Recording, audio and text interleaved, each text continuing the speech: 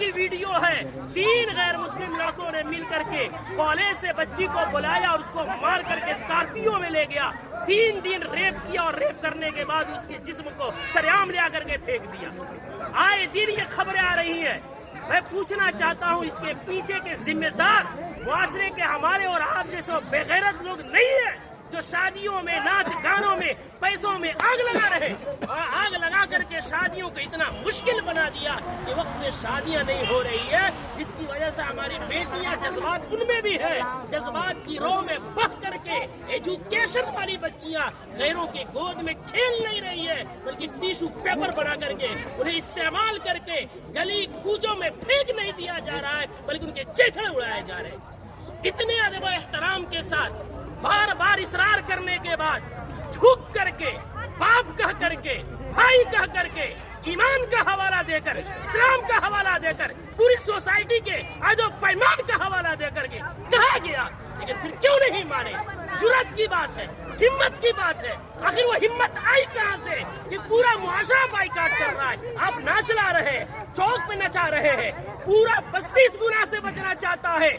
खुदा का खौफ खाए हम लोग, कल क़यामत में क्या मुंह दिखाएंगे?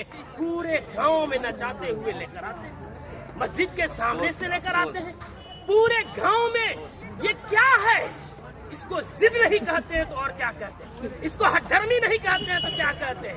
कौन है वो मौलवी, कौन है वो आलिम दीन जिसने कुरान और हदीस पढ़ा है और इतनी सख्ती से मना करने के बाद उस मजलिस में, उस शादी में नाच गाना हो और वो निकाह पढ़ाए, उसका कुरान और हदीस इजाजत देता है? मैं तो एहतराम करता हूँ कि इन्होंने पहले ही जो हमसे मोहब्बत और शफकत के साथ इकरार किया है। कौन है ऐसा जो जिस मजलिस में नाच हो रहा हो, जिस स्टेज में वेशियों का धंधा चल रहा हो, जिस स्टेज में खड़ा हो करके बहनों के पाँव में घुंघरू बांधा जा रहा हो, उनके सरों से दुपट्टे खींचे जा रहे हो, जिस निकाह जो इबादत है उस इबादत के अंदर मुआशरे के लंगे और लुफंगे और लवंडे औरतों के पीछे तालियां बजा रहे हो, वो निकाह में किस मौलवी का इल्म इजाजत देगा निकाह पढ़ाने का?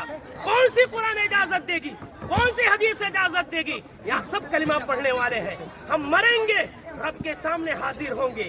दुनिया की बात छोड़े, हमें ये खौफ क्यों नहीं आता कि निकाह एक इबादत है, नमाज भी इबादत है। नमाज में अगर कोई गाना बजाए, नमाज का मजाक है। निकाह में कोई गाना बजाए, वो निकाह का मजाक नहीं तो क्या है? जो मौलवी कुरान की आयत पढ़ेंगे उनका मजाक नहीं तो क्या है? हदीस पढ़ेंगे, उनको पैरों की ठोकरों में रखना नहीं है तो क्या है?